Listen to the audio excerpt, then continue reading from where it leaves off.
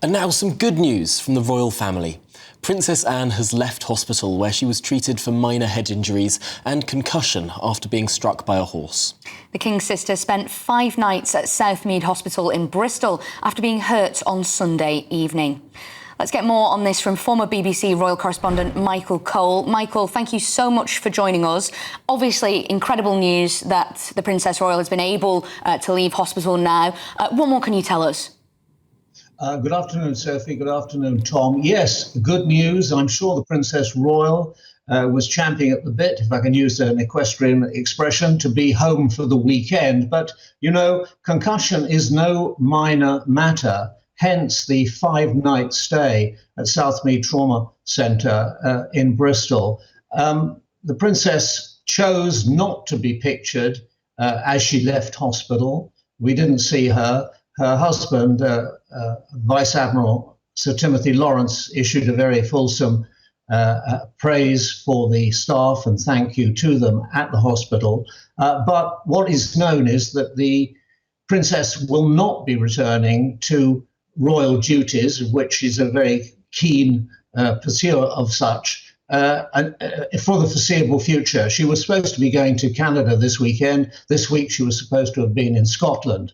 But obviously she's not going to do any of that until the doctors sign her off and say that she's back fit and ready to discharge her duties. And of course she is the most hardworking member of the royal family.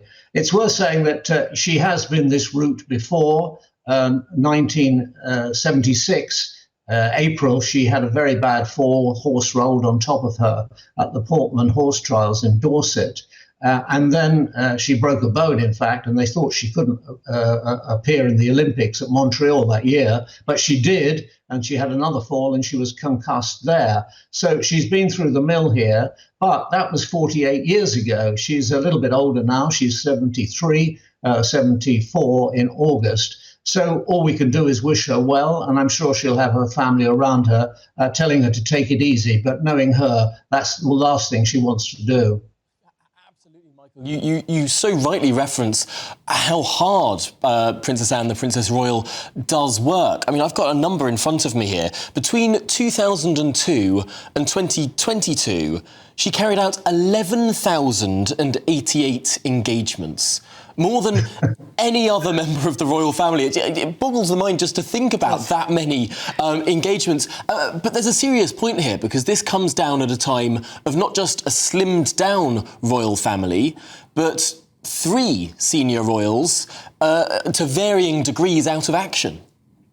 Yeah, and Tom, who foresaw this? Nobody other than the Princess Royal. Because before the coronation, she did a lengthy interview with Canadian Broadcasting, CBC, and she called in question quite robustly her brother's statement that he wanted a slimmed down monarchy. She said, how are we going to do it? There's not enough of us anyway. She was referencing the fact that the Queen had died, Prince Philip had died, and other people were hors de combat for various reasons. The Duke and Duchess of Sussex off in California, and for reasons we don't need to go into, Prince Andrew no longer a working member of the royal family. So she said, you know, what's going to happen? How are we going to keep the show on the road? But you're quite right. She's top of the royal pops. She does more engagements than anybody, and that includes the king.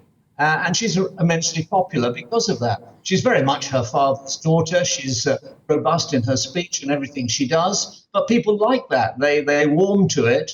And she recognises that 4-letter word duty and has always discharged her own. Michael, obviously you mentioned there, it's been a grim year so far for the royals medically. Could this be that this is the royal family's modern annus horribilis, obviously the Queen referencing that in 1992? Is this the modern version?